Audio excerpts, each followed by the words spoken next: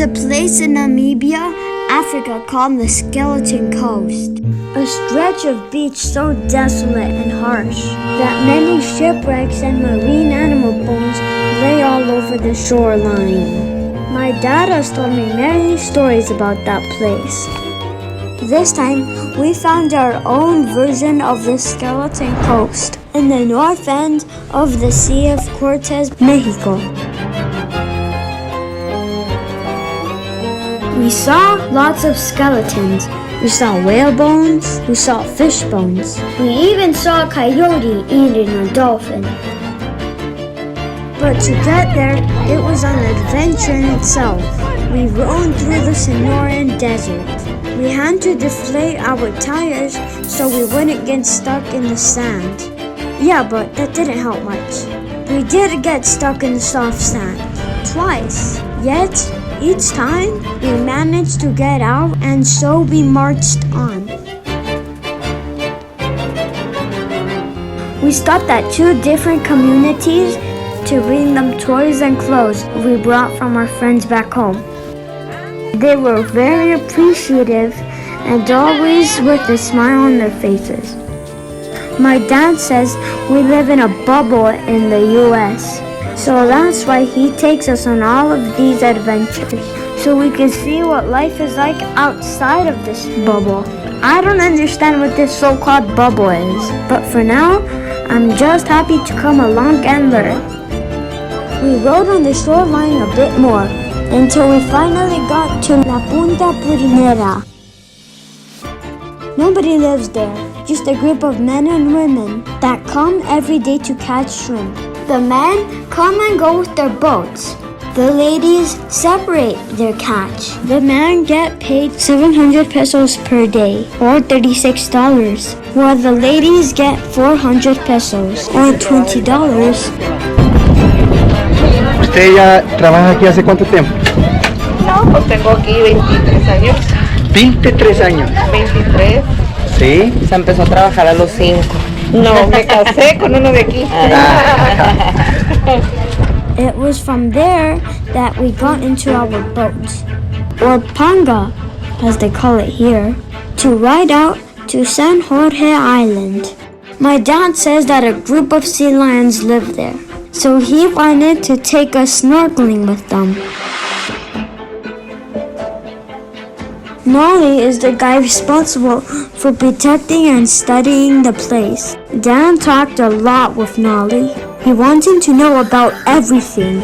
Esta área aquí, de los lobos, ¿cuántos lobos hay? El último censo estuvimos en 2.400. 2.400 lobos.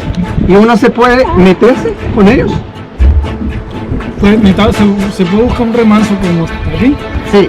Donde están los lobos con sus crías, no se puede meter muy cerca, ¿no? Son agresivos, son territoriales. Territoriales, protegen a sus crías.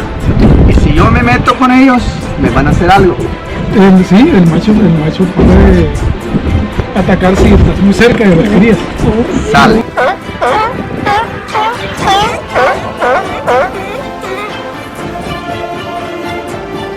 He also talked with Delfina. ¿Dónde estamos?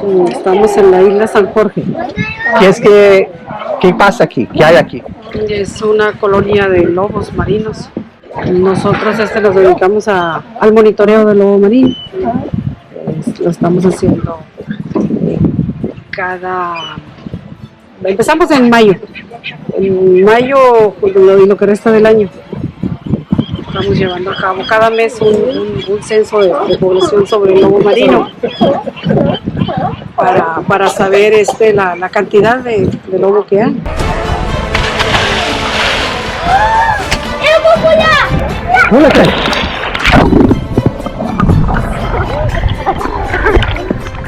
I was more interested in seeing the sea lions. Dad said that we have to be careful, that we should wait there and let them come to us if they wanted. It was so cool. They are so fast underwater. Miren, ese que está ahí está amamantándose. ¿El de ahí arriba? Sí, en la parte de arriba. Ese también, este que está aquí, mire, aquí se ve. Ay, ¿cuál? Este aquí está aquí derechito, mire. Ahí está. Ahí está. Ese. Sí. Mira, ahí está. Oh, that white stuff on the rocks? It's guano. It's bird poop, if you didn't know it. Google it. Countries have gone to war over this white stuff before. It used to be a major commodity, both to be used as fertilizer, but also to make gunpowder.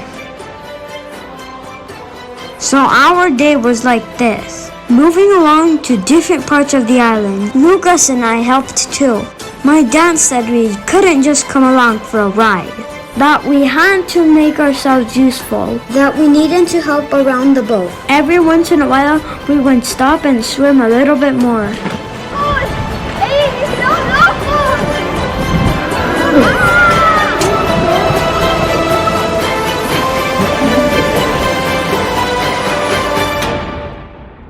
We saw that some had pieces of ropes around their necks. Now they explained to us why. Y platícame el problema este de que yo vi unos de los lobos están mallados, como dice ustedes. Sí, eso es porque pues el lobo sale a buscar su comida y se encuentra con las mallas. Al principio hubo renuencia de los pescadores de no tirar las redes cerca, pues de tirarlas, porque no había la cultura esa de proteger, más que lo consideraban como competencia, lo consideran todavía, pero ya están un poquito más conscientes que hay que protegerlos. At one point, I saw a little boat approaching us. I was scared. Too many pirate stories, my dad told us. But it turns out they were Nolly's friends, just checking up on us. Then it was time to head out. But first, one last dip in the ocean. One last look at the sea lions. We will miss this island. So much learned today. Such a wild place. I hope it remains like this for a long time. Nolly got us back on the Panga to Punta Purinera just before sunset. We got back on the truck to face the desert once more. He played for us a song that he made about the sea lions. We gave a line to some other fishermen, so we had to ride in the back of the truck. But that's okay, we had the best view from back there. There's a saying in Mexico that goes, hay que sacarle jugo a la vida. Today, our adventure wasn't without problems. However, I think we managed to make the best of it. We managed to get that juice, that little bit of happiness out of life. We made new friends, we learned a lot, and we had fun. And that, my friends, is what life is all about. Yo quisiera ser un lobo muy bien protegido de los pescadores de las redes y el moquillo.